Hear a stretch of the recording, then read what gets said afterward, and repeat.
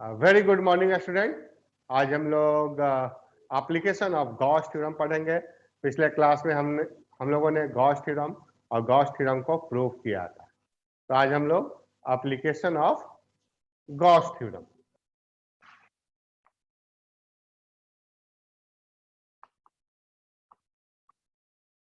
Application of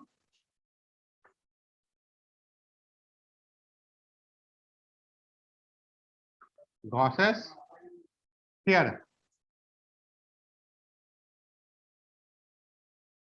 Gauss theorem Gauss theorem का application को हम लोग देखेंगे कि गॉस थ्योरम क्या है, इसके हेल्प से हम लोग किन किन चीजों को इजिली कैलकुलेट कर सकते हैं।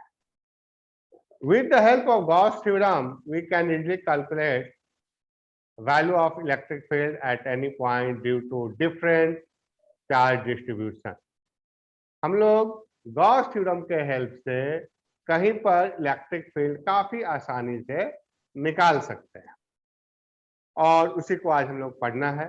मैं पढ़ाऊंगा जो हमारे सिलेबस में है, जो प्लस टू के सिलेबस में है। तो सबसे पहले आप लोग गॉस थ्योरम को एक बार रिवाइज कर ले। हम लोग गॉस थ्योरम क्या है?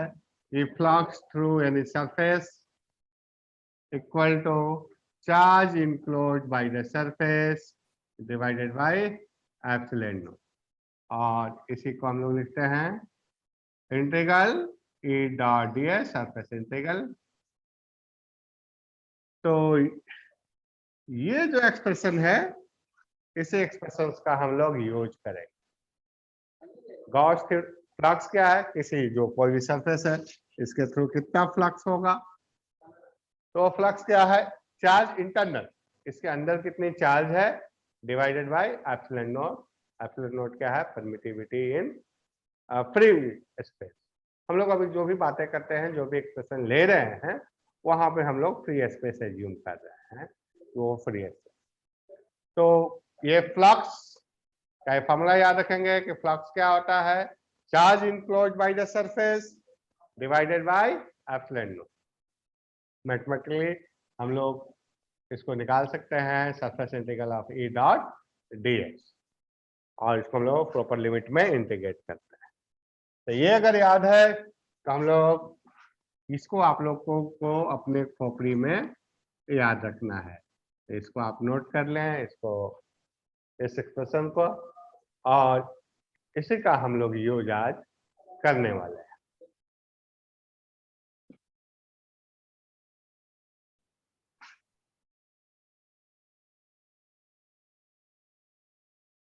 तो सबसे पहला एप्लीकेशन हम लोग देखने वाले हैं इलेक्ट्रिक फील्ड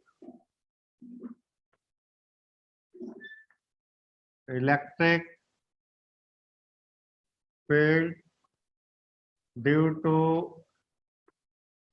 infinitely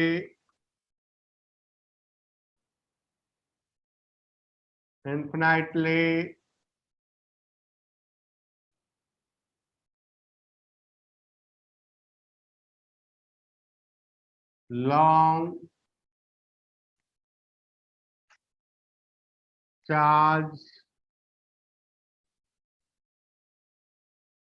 thin, नहीं, infinitely long thin charge wire. ऐसा वायर है जो काफी लंबी है और काफी पतली है।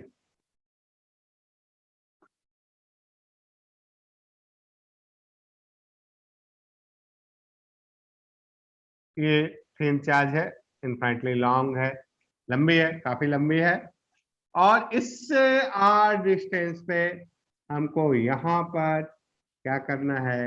इलेक्ट्रिक फील्ड निकालना। Electric field due to infinitely long thin charge wire. तो हमको ये थिन चार्ज वायर है, इस लेट लैम्डा क्या है? Linear charge density. Linear charge density, linear charge density कहने का मतलब चार्ज डिवाइडेड बाय लेंथ। मान लो इसका लेंथ L है, चार्ज डिवाइडेड बाय लेंथ, ये लैम्डा है, linear charge density charge divided by length. Unit क्या होगा जी लैम्डा का? अगर कोई लैम्डा का यूनिट पूछा तो कूलम पर मीटर। तो एक चार्ज वायर है जिसकी लीनियर चार्ज डेंसिटी लैम्डा है, उससे r डिस्टेंस पे हमको क्या करनी है? इलेक्ट्रिक फील्ड निकालनी है। यही मेरा क्वेश्चन। चलो हम लोग निकालते हैं with the help of Gauss theorem.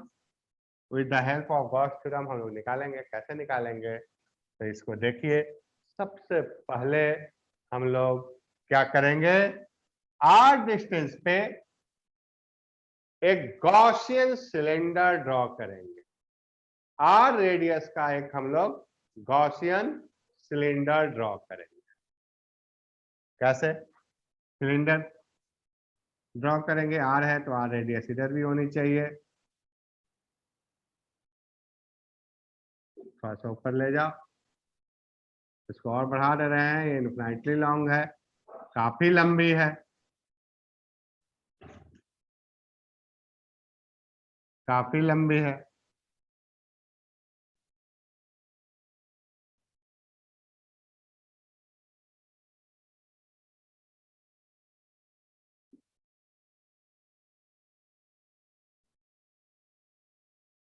ये गॉसियन सिलेंडर r रेडियस का, और इसकी जो लेंथ है वो l है। इसकी जो लेंथ है सिलेंडर की वो l है, हमने ड्रॉ कर लिया। अब आप बताइए, ये जो प्लस चार्ज है, due to this plus charge electric field किधर होगी? इस डायरेक्शन में होगी। कहीं पर भी इलेक्ट्रिक फील्ड क्या होगी? नॉर्मली आउटवर्ड होगी, इस डायरेक्शन में होगी, ड्यू टू प्लस चार्ज। अब हम लोग क्या करेंगे? Applying Gauss theorem. अच्छा बताओ, ये जो सरफेस है, एक सिलेंडर है, एक सिलेंडर में कितने सरफेस? एक टॉप फेस, एक बॉटम फेस और एक कर्व फेस। कोई भी अगर सिलेंडर है, एक ऊपर वाला ढक्कन, एक नीचे वाला और एक कर्व फेस, तीन फेसेस हमको दिख रहे हैं। तीनों फेस का सबसे पहले हम लोग नॉर्मल डिसाइड करते हैं। तो सबसे पहले ये जो कर्व फेस है, कर्व फेस है, कर्व फेस का जो नॉर्मल वेक्टर होगा वो इसी डायरेक्शन में होगा। मान लो हम छोटा सा एरिया ले लिए कर्व फेस पे, तो ये इसका ds या n1 कैप लिख देते हैं। नहीं, ये कौन सी एरिया है? ds1, और ये इसकी n कैप है, n1 कैप। इस पे अगर छोटा सा एरिया ले ले रहा हूं मैं, तो इसका जो नॉर्मल वेक्टर है वो इधर है। मान लो n2 का दिया मैं, और इस सरफेस एरिया को क्या कर दिया मैं? ds2, छोटा सा एरिया। उसके बाद मैंने बॉटम फेस में एक छोटा सा एरिया लिया। बॉटम फेस में मैंने नीचे वाले सतह पे, तो इसका नॉर्मल तो नीचे n3, और इसको हमने क्या कहा है? ds3। ये जो सरफेस है ds। तो ध्यान से सुनिएगा मेरी बात को, अगले लाइन को, बस इसी लाइन पे पूरा का पूरा डेरिवेशन है। ये जो सरफेस है, इसका नॉर्मल वेक्टर इसी डायरेक्शन में है। मैंने इलेक्ट्रिक फील्ड और नॉर्मल वेक्टर आज इन सेम डायरेक्शन। एंगल कितना हुआ? 0 डिग्री। यहां पे नॉर्मल इधर है, इलेक्ट्रिक फील्ड तो इधर है। हमेशा इलेक्ट्रिक फील्ड किधर होगा? हमेशा इलेक्ट्रिक फील्ड किधर होगा? इलेक्ट्रिक फील्ड तो इधर है। एंगल कितनी बन रही है? 90। और यहां पे इलेक्ट्रिक फील्ड तो ऐसे है, इस डायरेक्शन में है, यहां पे भी एंगल क्या बन रही है? 90। तो जो कर्व फेस है, कर्व फेस का जो नॉर्मल वेक्टर है वो इलेक्ट्रिक फील्ड से कितने डिग्री का एंगल बना रही है? 0 डिग्री का। और टॉप और बॉटम फेस जो है, जो प्लेन फेस टॉप और बॉटम है, उसमें कितने डिग्री का एंगल है इलेक्ट्रिक फील्ड से? नॉर्मल का 90 डिग्री। तो चलिए हम लोग क्या करेंगे, इस पिक्चर को आप समझ गए, तो हम लोग applying Gauss theorem, applying Gauss's theorem, Gauss's theorem, हम लोग क्या करेंगे, गॉस थ्योरम को अप्लाई करेंगे। और गॉस थ्योरम क्या है कि flux through any face, flux through this Gaussian surface, flux through this Gaussian surface equal to surface integral of E dot ds। इस पूरे गॉसियन जो सरफेस है, जो क्लोज सरफेस है, जो सिलेंडर है, उसके पूरे सरफेस के थ्रू हम लोग क्या करेंगे, इंटीग्रेशन लगाएंगे। तो इस पूरे इंटीग्रेशन को 3 फेसेज में, एक कर्व फेस, एक टॉप फेस, एक बॉटम फेस में हम लोग डिवाइड कर सकते हैं पूरे सरफेस को। तो क्या लिख दिया मैंने, ए dot ds1 plus electric field तो यूनिफॉर्म है, ds2 प्लस इंटीग्रल ए ds3। इस पूरे इंटीग्रेशन के पूरे सरफेस को हम लोगों ने 3 पार्ट में डिवाइड किया, एक कर्व फेस वाला, एक टॉप, एक बॉटम। तो हियर इंटीग्रल ऑफ ds2 कितना होगा, 0 होगा। क्यों 0 होगा जी, देखते हैं कि 0 होगा। हम लोगों ने लिखा ई ds2 cos 90। इलेक्ट्रिक फील्ड और नॉर्मल वेक्टर फील्ड का एंगल क्या है, इस सरफेस पे, ये जो सरफेस है इसका नॉर्मल इधर है, इलेक्ट्रिक फील्ड इधर है, तो ये क्या हो गया, नहीं, 0। उसी तरीके से ई ds3, यहाँ भी एंगल कितनी दिख रही है, 90। तो आप लोग ई ds3 cos 90, तो ये भी हो गया 0। तो ये दोनों इंटीग्रेशंस जो हो गए आपके इस एक्सप्रेशन में, ये भी 0 हो गया, ये भी 0 हो गया। तो क्या बचा आपके पास, आपके पास बचा ई डॉट ds1, और ये क्या है, E ds1 cos 0, cos 0 1 phi equal to E ds। Phi कितनी है, फाई अंदर जो चार्ज है डिवाइडेड बाय एप्सिलॉन, और ये हो गया ई ds1। कितना आया, चलो इधर का दे रहा हूं मैं, बहुत छोटी है। और इसके अंदर कितना चार्ज है जी, तो इसकी लीनियर चार्ज डेंसिटी लैम्डा है, मतलब यूनिट लेंथ में कितना चार्ज है, लैम्डा। तो इसकी लेंथ कितनी है, l, तो कितना चार्ज हो जाएगा, लैम्डा इंटू l। अरे एक पेन का दाम 5 रुपया है, तो 10 पेन का दाम कितना हो गया, 5 गुना 10, 50 रुपया। तो यूनिट लेंथ हमने पहले ही बताया है कि लैम्डा क्या है, लीनियर चार्ज डेंसिटी है, मतलब यूनिट लेंथ में कितना चार्ज है लैम्डा, तो एल लेंथ में कितना चार्ज होगा, तो क्यू का वैल्यू हो जाएगा lambda into L divided by epsilon equal to E. और ds1 का इंटीग्रेशन क्या हो गया, s1, ds का इंटीग्रेशन s, dx का इंटीग्रेशन x, तो ds का इंटीग्रेशन s हो गया। अरे s1 हम लोग डिनोट किए हैं, अलग अलग पार्ट बांटे हैं समझने के लिए। तो क्या हो गया s1 क्या है, कर्व सरफेस एरिया। हम क्या किए थे, ये जो एक्सप्रेशन है ये सिर्फ इतनी flux to this face only, और पूरे कर्व सरफेस से हमको फ्लक्स निकालना है, तो क्या करना होगा, ई ds1 को इंटीग्रेट करना होगा। तो कितना हो गया s1 क्या है, curve surface area, curve surface area.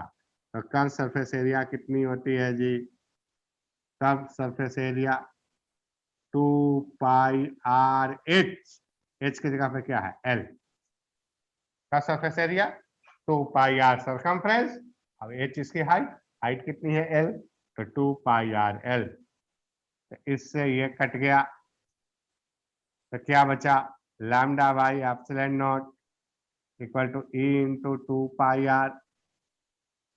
अच्छे से लिखोगे तो यहाँ पे मैं लिख दे रहा हूँ E equal to lambda by 2π epsilon naught r। ये इलेक्ट्रिक फील्ड क्या दिख रहा है, electric field here we see that electric field inversely proportional to r due to line charge distribution, electric field inversely proportional to r। तो इसको मैंने, ये आपका एक्सप्रेशन आ गया, इलेक्ट्रिक फील्ड किधर है, अगर वेक्टर फॉर्म में हमको उसको रिप्रेजेंट करना है, इलेक्ट्रिक फील्ड किधर होगा, तो प्लस चार्ज है तो बाहर की ओर, माइनस चार्ज है अंदर की ओर, इस टाइप से हम लोग डिनोट करें। तो इतना इलेक्ट्रिक फील्ड होगा लैम्डा बाई 2π एप्सिलॉन नॉट। तो इसको आप लोग नोट कर लीजिए, अगला एप्लीकेशन हम लोग देखेंगे।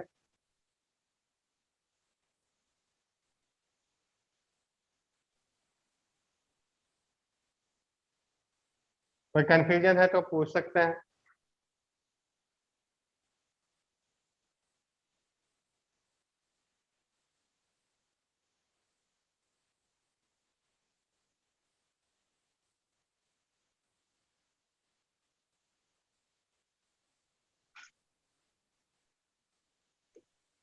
बोर्ड थोड़ा सा छोटा पड़ता है।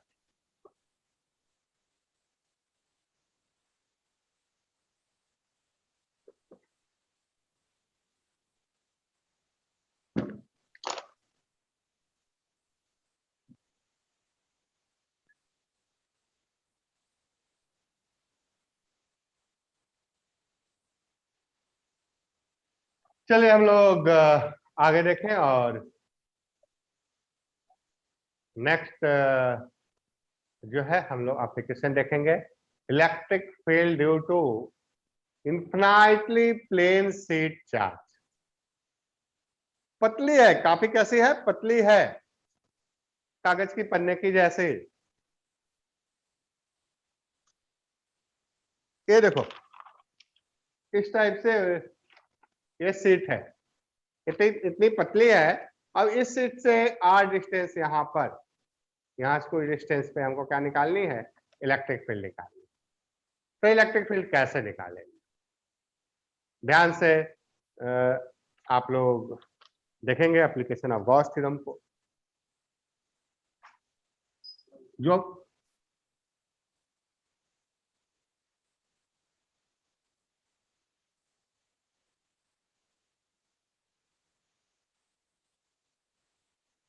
ये एक चार्ज प्लेन शीट है,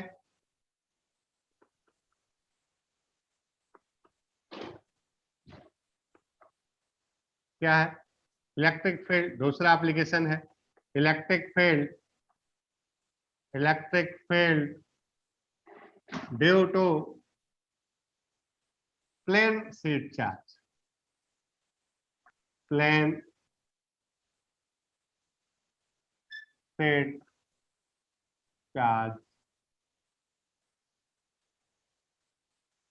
प्लेन चार्ज शीट लिखते हैं नहीं,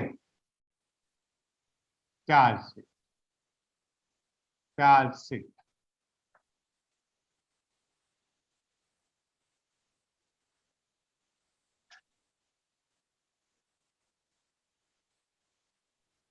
अब देखो ये प्लेन शीट चार्ज है, प्लेन चार्ज शीट है, इससे आर डिस्टेंस पे यहाँ पे हमको फील्ड निकालनी है, यहाँ पर कहाँ पे, तो डॉटेड बना रहे हैं, इधर तो हम ड्रॉ कर नहीं सकते, मेरे पास तो कहीं कोई मैजिक है नहीं, जादू है नहीं। तो हम लोग यहाँ से क्या करेंगे, डॉटेड लाइन मैं बनाऊंगा, और ये देखो यहाँ पे इससे आर डिस्टेंस पे मान लो इधर थोड़ा सा ही बनाए, यहाँ पे तो कैसे होगा जी,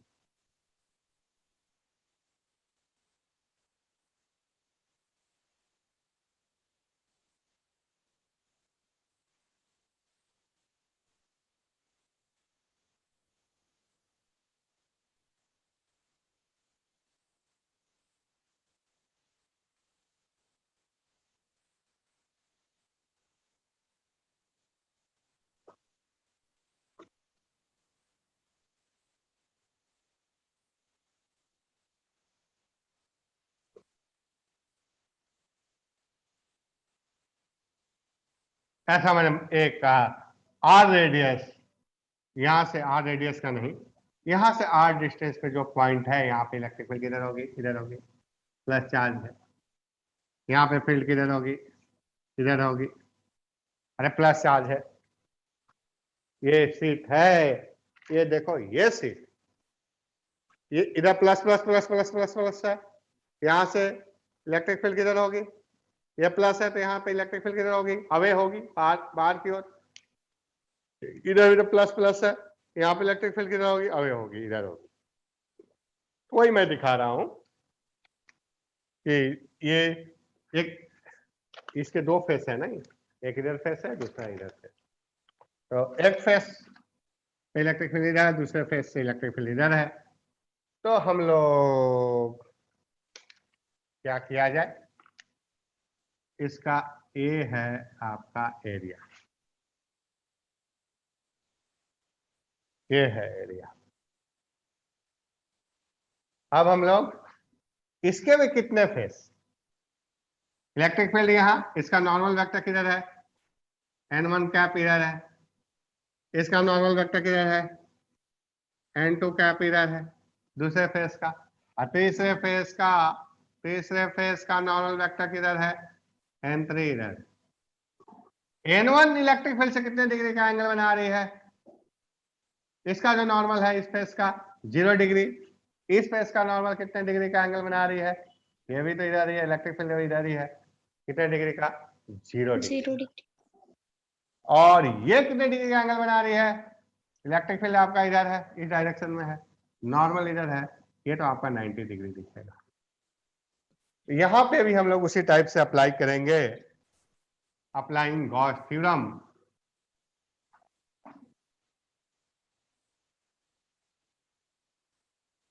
applying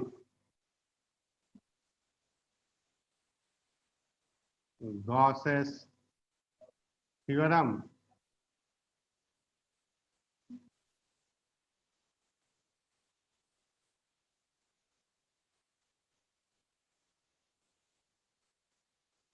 A dot ds equal to charge enclosed by the surface divided by epsilon. यही फ्लक्स होता है, ये फ्लक्स की फार्मूला है। फ्लक्स क्या है, surface integral of electric field equal to charge enclosed by the surface divided by epsilon. अब यहाँ पे हम लोग कुछ अपना मटेरियल तैयार करते हैं। लेट सिग्मा क्या है, surface charge density, charge density, sigma क्या है, सरफेस चार्ज डेंसिटी। तो कितना एरिया ये कवर कर रहा है जी, ये जो हम लोग गॉसियन सरफेस ड्रॉ किए हैं वो कितना एरिया कवर कर रहा है, ये कितना एरिया कवर कर रहा है, ये है, ये है, ये है। तो charge enclosed by the Gaussian surface और कितना होगा, सिग्मा क्या है, सरफेस चार्ज डेंसिटी, सिग्मा क्या है, सरफेस चार्ज डेंसिटी, मतलब यूनिट सरफेस पे कितना चार्ज, सिग्मा। तो कितना सरफेस है, ए सरफेस है, उसका एरिया कितनी हमने माना है, ए इज द सरफेस एरिया, तो सिग्मा इंटू ए हो जाएगा, ये इतनी चार्ज हो जाएगी। अब इस इंटीग्रल को भी हम लोग 3 पार्ट में डिवाइड करेंगे, ऐसे लिखेंगे E dot D S one plus E dot D S two plus E dot D S three equal to charge enclose क्या हो गया, sigma into A divided by epsilon. ये देखो यहां मेरा डी एस वन है, तो डी एस वन का जो नॉर्मल वेक्टर है वो इलेक्ट्रिक फील्ड से 0 डिग्री का एंगल, तो ये कितनी हो गई, A D S one 0 degree का एंगल है, और ए डॉट डी एस वन क्या होगा, A D S cos theta, और ये क्या होगा, कॉस जीरो, ये क्या होगा, कॉस जीरो। उसी तरफ से यहां भी इलेक्ट्रिक फील्ड इधर ही है, नॉर्मल वेक्टर इधर ही है, ये एंगल में कितना हो गया 0, फिर हमको लिख दिए ADS2 और ये वाला पार्ट क्या हो जाएगा 0 हो जाएगा। क्यों? क्योंकि ये जो DS3 है मैंने एक छोटा सा 90 degree.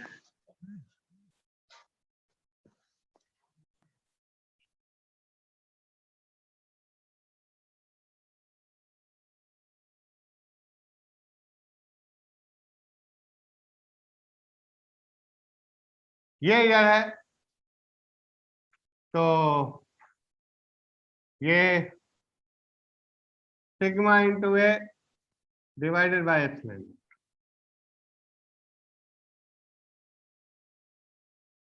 A DS1 A DS2 sigma into A by epsilon.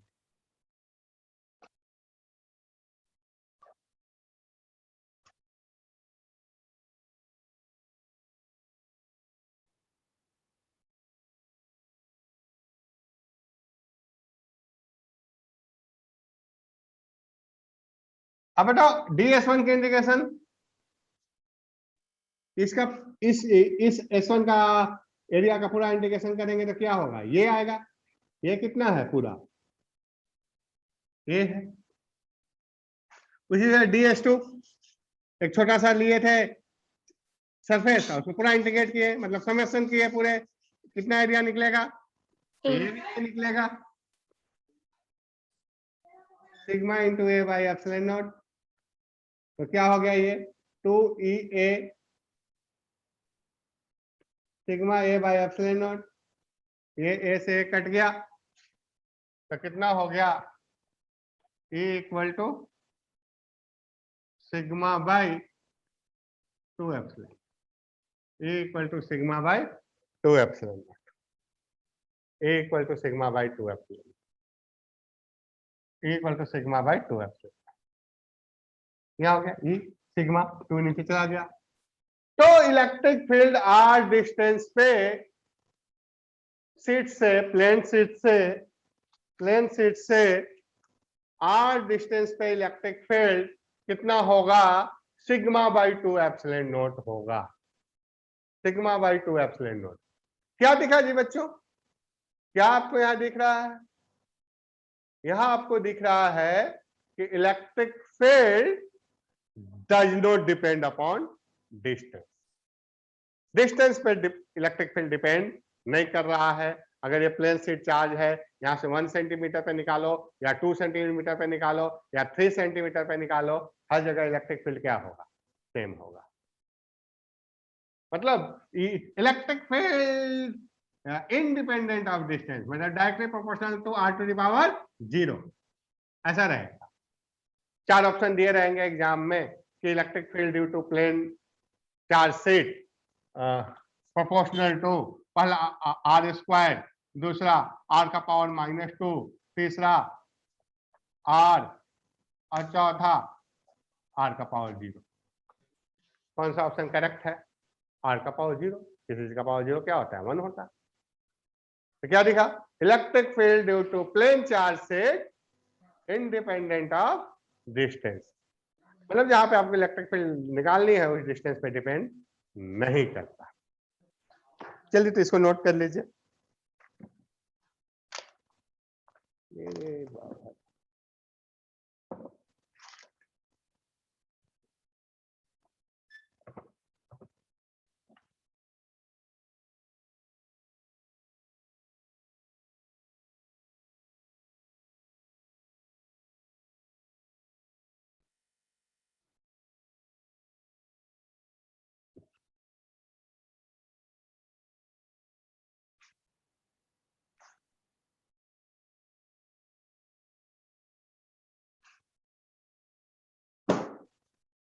आप लोगों ने ये देखा कि electric field independent of distance, मतलब क्लियर है कि यहां से ये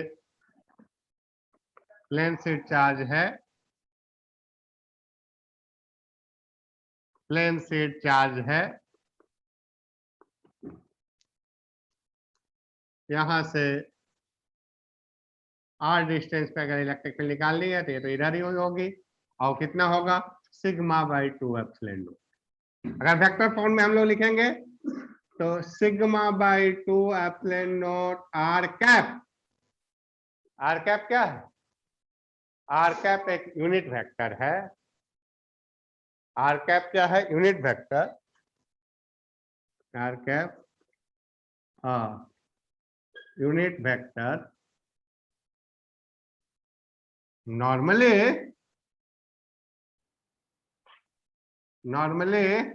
आउटवर्ड।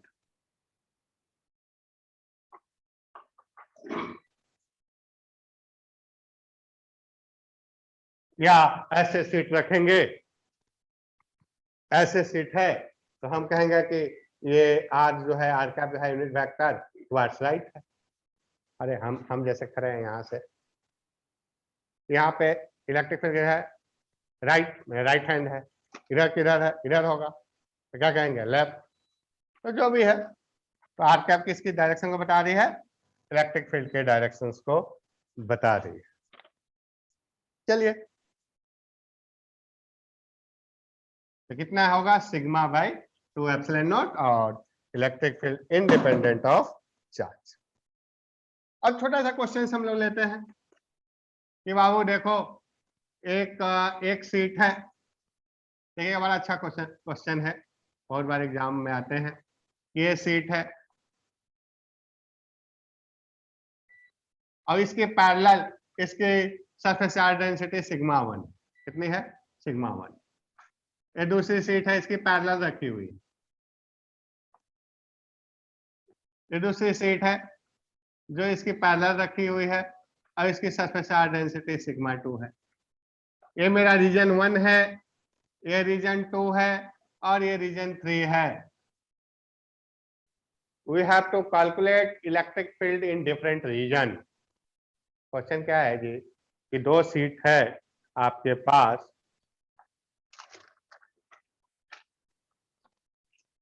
देखो ऐसे एक सीट यहाँ पे, एक सीट यहाँ पे, ऐसे पैरेलल रखी हुई है। इसकी सरफेस चार्ज डेंसिटी सिग्मा 1 है, इसकी सरफेस चार्ज डेंसिटी सिग्मा 2 है, और 3 डिफरेंट रीजन्स में, एक रीजन यहाँ पे हुआ लेफ्ट साइड में, एक रीजन हुआ राइट साइड में, और एक रीजन कहाँ पे हुआ? बीच में।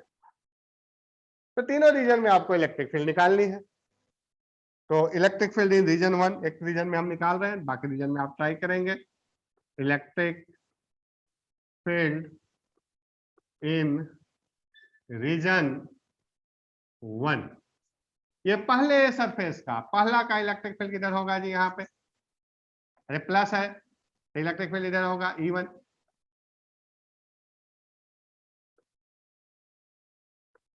क्या होगा जी? Sigma 1 by 2 epsilon naught are cap.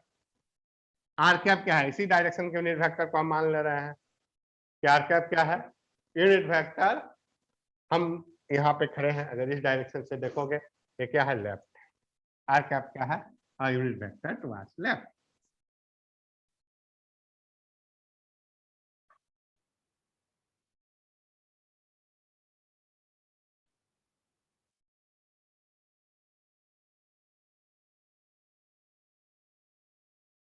तो अगर राइट कहेगा आर कैप तो माइनस लेना पड़ेगा।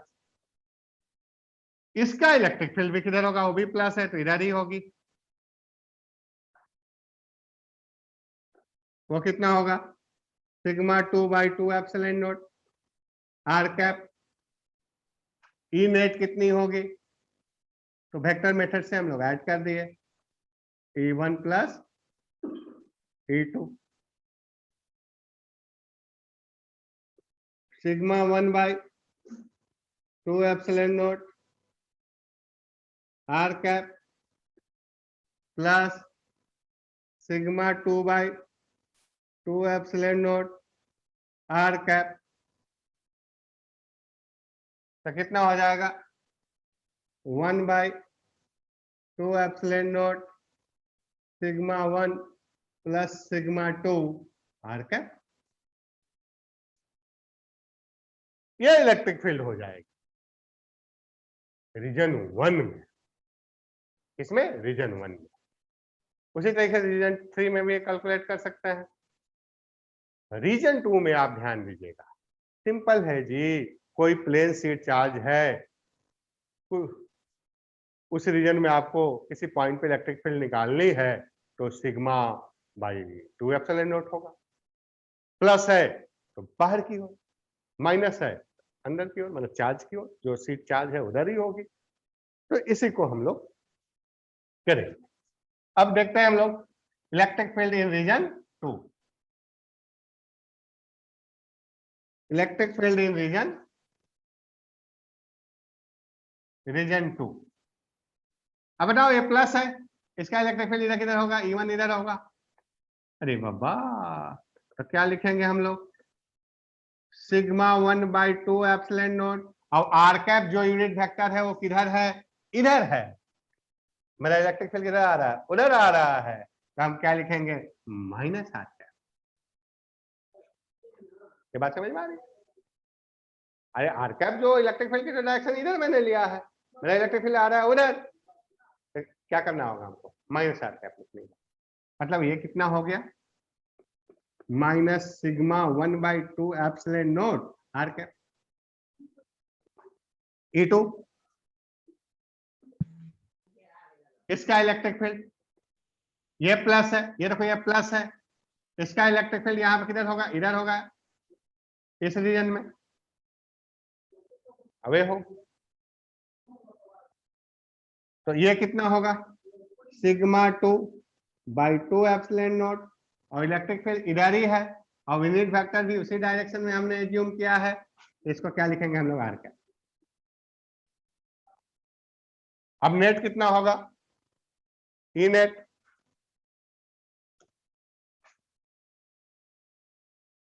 ई नेट ऐड कर दो, E1 प्लस E2। E1 कितना, minus sigma 1/2 epsilon naught are cap, और E2 कितना है, sigma 2/2 epsilon naught are cap.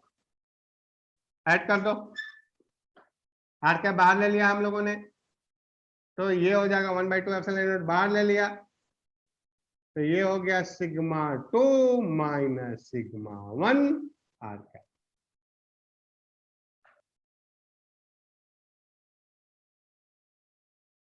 ये आपका इलेक्ट्रिक फील्ड की डायरेक्शन है।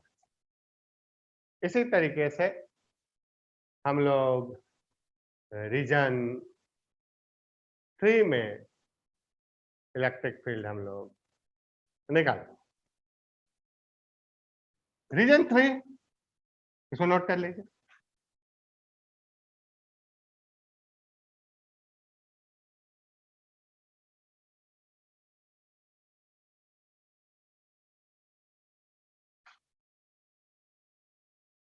ये देखिएगा, ये ध्यान दीजिएगा कि आर कैप किधर वाली यूनिट वेक्टर, रीजन 3। अब बताओ, प्लस ये प्लस है, रीजन 3 में इलेक्ट्रिक फील्ड E1 इधर, E1 कितना, sigma 1/2 epsilon not, electric field उधर है पर यूनिट वेक्टर हमने इधर लिया है, जो स्टेटमेंट मैंने लिया है, तो ये क्या लिखेंगे, माइनस R1 कैप, मतलब minus sigma 1/2 epsilon not R1 cap. Electric field E2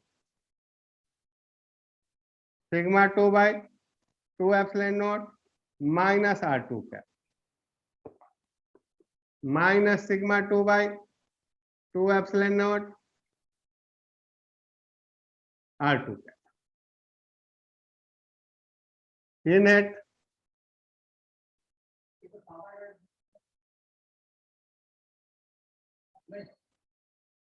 E1 plus E2 क्या है, यहाँ भी माइनस है, यहाँ भी माइनस है, ऐड करना तो काफी आसान है, माइनस को बाहर ले लो, 1/2 एप्सिलॉन नॉट, ये हो गया सिग्मा 1 प्लस सिग्मा 2 R। देखा, पहले का इलेक्ट्रिक फील्ड E1 इधर, और दूसरे का भी इलेक्ट्रिक फील्ड E2 उधर ही होगा। क्यों, क्योंकि ये भी प्लस है, देखिएगा ध्यान से, ये सीट है, ए प्लस चार्ज है, इलेक्ट्रिक फील्ड यहाँ पे किधर होगा, उधर होगा। ये सीट है, ये भी प्लस चार्ज है, इलेक्ट्रिक फील्ड किधर होगी, उधर ही होगी। इलेक्ट्रिक फील्ड कितना होता है, सिग्मा बाई 2 एप्सिलॉन नॉट होता है। पर हमने जो आर कैप जो यूनिट वेक्टर लिया है वो किधर लिया है, लेफ्ट डायरेक्शन में बताया है, कहीं कहीं किताब में राइट में भी लिखा हुआ मिलेगा। तो फर्स्ट रीजन और थर्ड रीजन का एक्सप्रेशन क्या होगा, इंटरचेंज हो जाएगा। पहले और तीसरे रीजन का एक्सप्रेशन क्या हो जाएगा, इंटरचेंज। तो पहला रीजन का क्या हो गया, थर्ड रीजन में पहले सीट का electric field sigma 1 by 2 epsilon not minus R1 cap, क्योंकि इलेक्ट्रिक फील्ड उधर आ रहा है, R1 जो R1 कहला, R1 R2 sorry, R1 R2 नहीं लेना है, minus R cap unit vector. और दूसरे सीट का तो इसका भी उधर ही है, तो sigma 2 by 2 epsilon not minus R cap. इस दोनों को क्या करेंगे हम लोग, ऐड कर देंगे। तो ऐड करने तो आपको आता ही है। तो ये रिजल्ट हमारा हो गया इलेक्ट्रिक फील्ड रिजल्ट। इस तरह आप नोट कर लीजिए इसको। इस तरीके से हम लोग डिफरेंट रीजन में हम लोग इलेक्ट्रिक फील्ड निकाल सकते हैं। अगर दो सीट नहीं दिया हो, एक दिया हो, दो दिया हो, तीन दिया हो, पहला रीजन, दूसरा रीजन, तीसरा रीजन, चौथा रीजन में इलेक्ट्रिक फील्ड निकालना है, तो इसी टाइप से हम लोग निकालेंगे electric field due to plane charge sheet distribution के एक्सप्रेशन। इलेक्ट्रिक फील्ड का डायरेक्शन हमने जो यूनिट वेक्टर का डायरेक्शन लिया है उसी डायरेक्शन में आ रहा है, तो plus R cap. Opposite direction में आ रहा है तो क्या करेंगे हम लोग, माइनस। तो आज के लिए इतना ही, अगले क्लास में हम लोग आगे देखेंगे। और इसके बाद एक क्लासेज है मैथमेटिक्स की क्लासेज, इसको आप लोग अटेंड करें। Okay, thank you. Thank you sir.